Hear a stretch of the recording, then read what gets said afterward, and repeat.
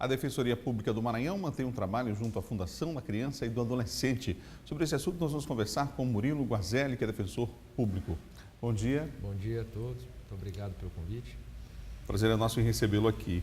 Nós temos dados que apontam fuga na unidade Esperança, que fica na Maiobinha, e eu queria que a gente falasse um pouco sobre o trabalho da FUNAC. No caso da Defensoria Pública, ela presta atendimento jurídico e psicossocial, não é? Como é que funciona esse trabalho na prática nas unidades?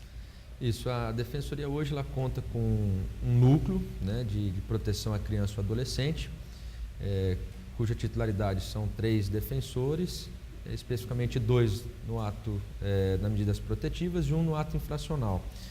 E ajudando, auxiliando esse trabalho, nós temos um núcleo também dentro da Defensoria, núcleo de psicossocial, de assistência psicossocial, e recentemente fizemos um mutirão, a Defensoria Pública promoveu um mutirão com atendimento de todos os adolescentes dentro da FUNAC, dentro do Centro de Juventude Esperança. E no caso do centro lá, Esperança, que fica na Maiobinha, agora está diretamente ligado ao núcleo de São José de Ribamar. Isso, a unidade sempre foi localizada em São José de Ribamar, então, cuja competência jurisdicional para a fiscalização é de São José de Ribamar.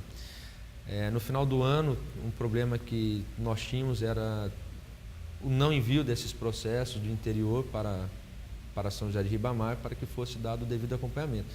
No final do ano, o Tribunal de Justiça teve a organização judiciária alterada, então hoje expressamente a competência jurisdicional para acompanhar todas essas medidas compete ao juiz onde se localiza a unidade. Então hoje a competência de atuação dentro do Centro de Juventude Esperança é absoluta dentro da comarca de São José de Ribamar. Na semana passada nós tivemos mais uma fuga lá na unidade Esperança, que fica na Maiobinha. É a terceira fuga no mês de junho. Ao todo já foram contabilizadas aí cerca de 40 ocorrências só esse ano. Aqui no caso não 40 ocorrências, mas o número de adolescentes que saíram e aí não estão contabilizados aqueles que voltaram, foram readmitidos. Mas o senhor conhece bem aquela unidade. Quais são as características lá que fazem com que essa unidade se diferencie das demais em relação, inclusive, a esse aspecto das fugas? O Centro de Juventude Esperança, né, popularmente conhecido como Maiobinha, ele tem como a sua característica principal ser uma unidade de internação definitiva. Então, ao se tornar uma unidade de internação definitiva, também promove a angústia de quem está encarcerado, está com a sua liberdade tolhida. Mas principalmente a unidade em si, em termos físicos, em termos arquitetônicos, é uma unidade antiga, velha, com problemas materiais e com problemas estruturais. Então, aliado a essa angústia de quem está encarcerado e com a precariedade dessa estrutura física da unidade, a fuga se facilita, né? Os muros são facilmente quebrados, existe também uma falta de atuação profissional especializada para atendimento a essas demandas. Então, infelizmente, a todo momento tem que se contar com a necessidade, o apoio da Polícia Militar e, obviamente, um total descompasso com aquilo que determina o Sistema Nacional de Atendimento, né, aos adolescentes em conflito com a lei, o SINASE. De acordo com o que reza, inclusive, o próprio Estatuto da Criança e do Adolescente, quais são as atividades que deveriam acontecer numa unidade como essa lá da Centro de Esperança? O adolescente em conflito com a lei, até pela sua condição especial de sujeito em desenvolvimento, ele não tem tolhido nenhum dos seus direitos pessoais, salvo, por certo, a sua liberdade quando da internação. Então, deve ser mantido o vínculo familiar, deve ser mantido o acompanhamento psicológico, deve ser mantido o estudo, deve ser mantidas as atividades pedagógicas e o lazer. E com relação a essas atividades, a gente verifica também uma carência grande, né, por parte do Estado, por parte desse atendimento aos direitos do adolescente. Obviamente, com relação a essa falta de atividade, aumenta ainda mais a ansiedade, a saudade de casa, é natural, todos nós temos. E o adolescente por si só é um adolescente conflituoso, né?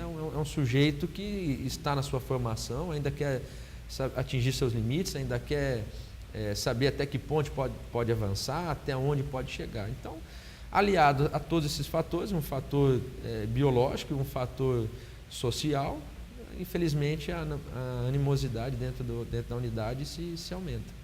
Eu tive a oportunidade de vivenciar um momento em que uma fuga de um grande número de adolescentes estava acontecendo lá. Eu estava no prédio, inclusive, aí ia dar uma oficina de comunicação aos adolescentes, estava planejando isso e vi o momento que fica, a tensão que fica um momento como esse, os funcionários extremamente tensos, objetos sendo recolhidos das salas de imediato, assim que começou aquele momento lá de fuga dos adolescentes, e a chegada do batalhão de choque, a chegada da polícia militar com energia.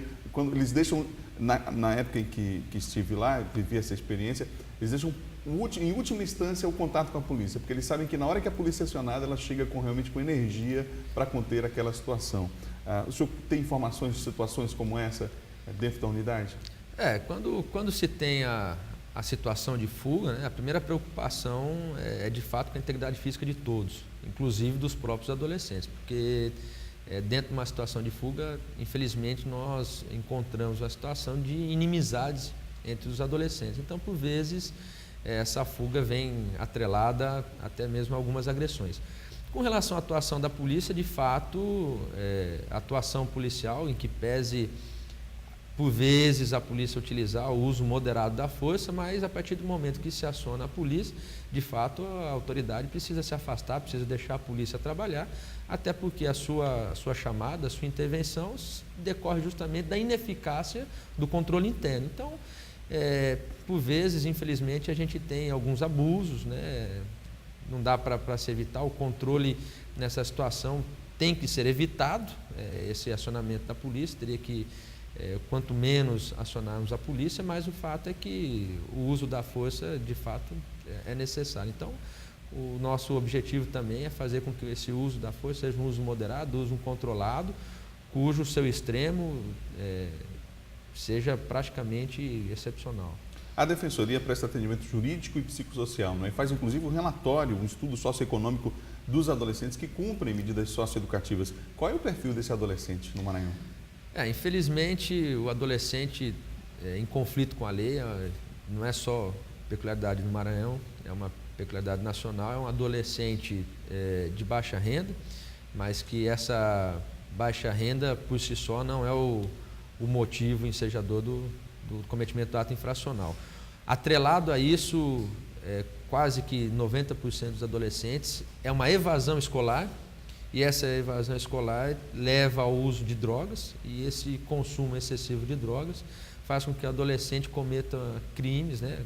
O ato infracional é uma conduta não considerada como crime, mas análogo, e visando inclusive a sua subsistência, vamos dizer assim, com relação ao seu vício. Então, basicamente é isso, é a evasão escolar, a amizade e o uso intenso de droga. Em relação ao atendimento jurídico, quais são os principais desafios da Defensoria?